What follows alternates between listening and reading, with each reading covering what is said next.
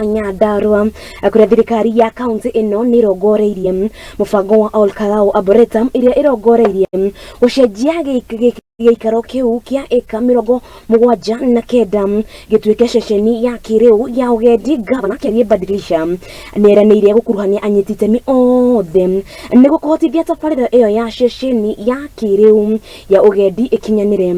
Gikundi kia atongoria aria marari kuu ni magathiriirie mubango uyu tondu ni kugacirithia kaunti iyo mwena-ini wa ugendi. Kwa hivyo Nyandarua tuko na ile arboretum kubwa ama the second in the country.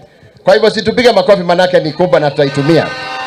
Na tukasema kwamba ni lazima katika ile mipangilio yetu tuko naye na vile imechorwa pale kwa ile plan, lazima tuifungue kirasmi na iwe ya kutumika kwa wananchi wetu wa Nyandarua. Sisi ikawa kwamba ni serikali ya kusema na kutenda, na ndio fasi tunafanya.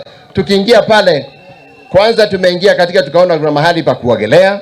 Hata kuna mzee amepita hapa na mama akasema atamnunulia bikini, sijui kama amemnunulia, na hiyo ni mzuri sana. Sasa tungetaka nyinyi nyote muwe mkija hapa kujiburudisha. Kuko na picnic site, mnasikia hata kutakuwa na wanyama, na hayo ni mambo yote watu wananchi wetu wakichoka kikazi kama weekends mnakuja hapa kujiburudisha.